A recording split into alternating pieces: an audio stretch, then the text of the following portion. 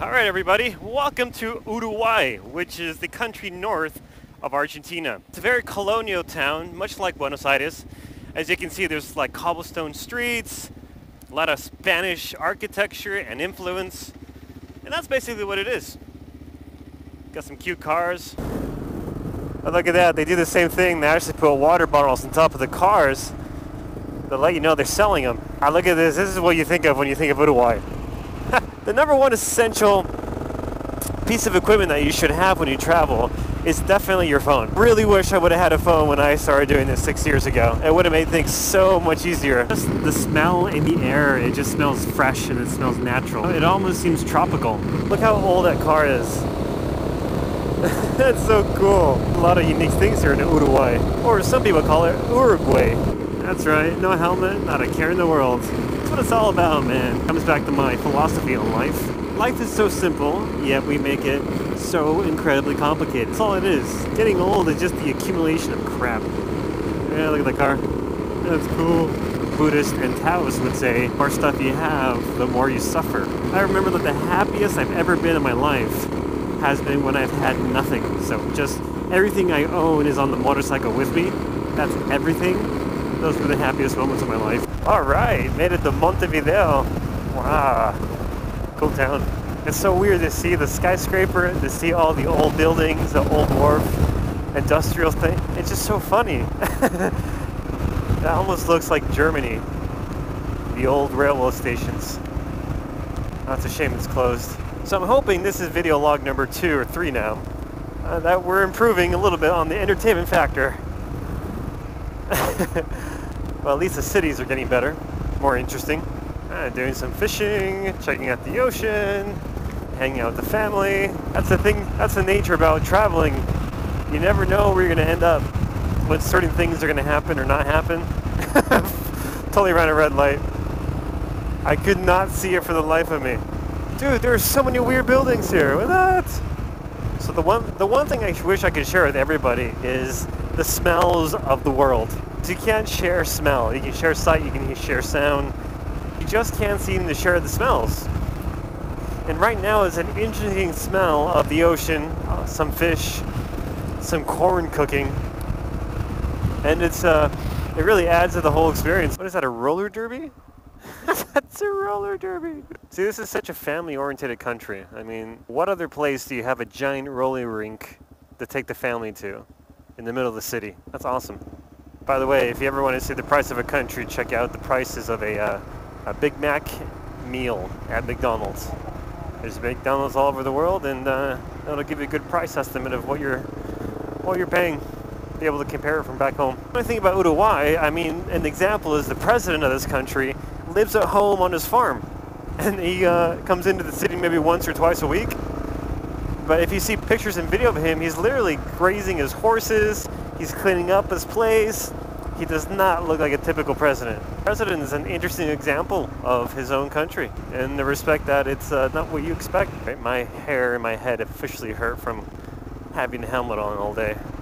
You know, it's all fun and games when you drive a bike, but driving around for a few hours and your back starts hurting, your butt starts going numb, your hair roots start to hurt from the weight of the helmet. You can't share smell, but you also can't share pain. Struggle is real.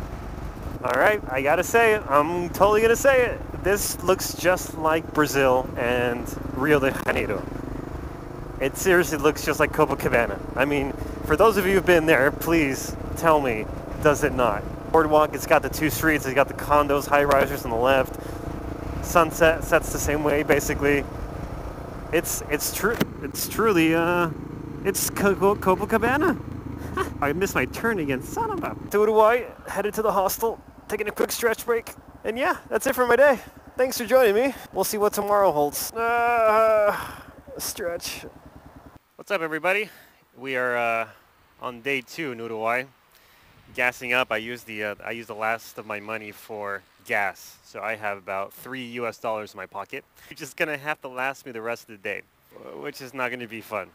I got a long ride ahead of me to Punta del Este, which is where this big hand from the desert comes up, which is awesome.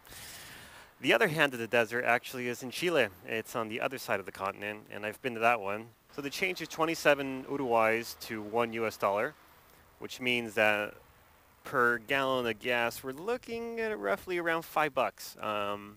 If you're wondering what gas prices are around the world, that's a little bit of a heads up. Kilometers ago, we have BR 1:30 p.m. It's currently 12.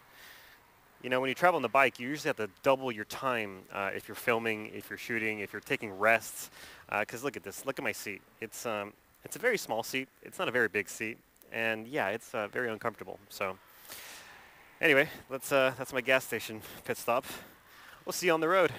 So here's the one good thing in Uruguay is that the toll roads are free for bikers. Just go to the right, and you basically follow the signs that say motorcycles, as you see to your right there, and you make sure not to get hit by this little bar, and off you go. It's just that simple. Fun sights of Uruguay, free toll roads. You know, in some countries they make you pay an arm and a leg, like Mexico. So if you hear that, Mexico, I hate you for your toll roads. They're awful. So I think from Mexico, from north to south, I probably spent $200 to $300 US on toll roads on the bike, but they are regarded as the safer of the roads. So up to you to decide if you want to take them or not. I highly suggest you do. They're much faster. You'll save yourself a lot of money on gas, and they're very, very, very safe. Jesus. So what happens when you drive a bike for long distance is that it's not the most comfortable thing. As you can see, everything gets so sore. It's really quite difficult to deal with. So what I like to do is I like to take a break every hour or so and stretch.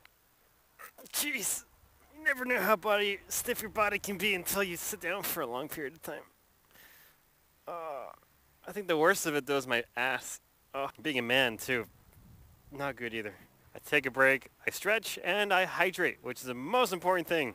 When I travel, I usually bring one of these like water pipe things. I would like to tell the name brand of it, the first people who came out with it, but I'm not going to. You know, I just went to Walmart, got this. Really, really cheap. So these little water backpack things, awesome. Yeah, most people take the time to sip it through that little silly thing, but I got a big mouth. I can drink a lot pretty quick. And the second most important thing you should do is stretch your legs, because that's what takes the most hit on the bike and your lower back. I was walking around here and I noticed that this poor bike over here is missing an entire tire. I have no idea what the situation is. It doesn't look good though when your tire's missing. We made it to Punta del Este here in Uruguay. Oh yeah, I'm starving and I have no money, so I can't buy any food. Pretty big beach town. Oh crap! I even begin to express the pain my hair is in right now. My skull from wearing the helmet for so long. The streets are pretty cute. Super, super beach town, I think. It is the hand of the beach. I don't even know what it's called. I'm going to assume it's the hand of the beach, because the other one is the hand of the desert. Ugh, there's sand up in here. Ugh. It hurts. It burns my eyes. But anyway, here we are. Made it to the hand, and I'll hopefully get some drone footage here in a bit. I'll come back. Gonna go find a hostel and find my bed to rent for the evening. In the $20. That's basically what you're doing at hostels, is you're just renting a bed. All right. Well, anyway, here it is. This is the thing to see here. Looks like a fun place. We'll see. I need to sleep. I need to relax. I'm on vacation. I need a vacation from my vacation is what I need.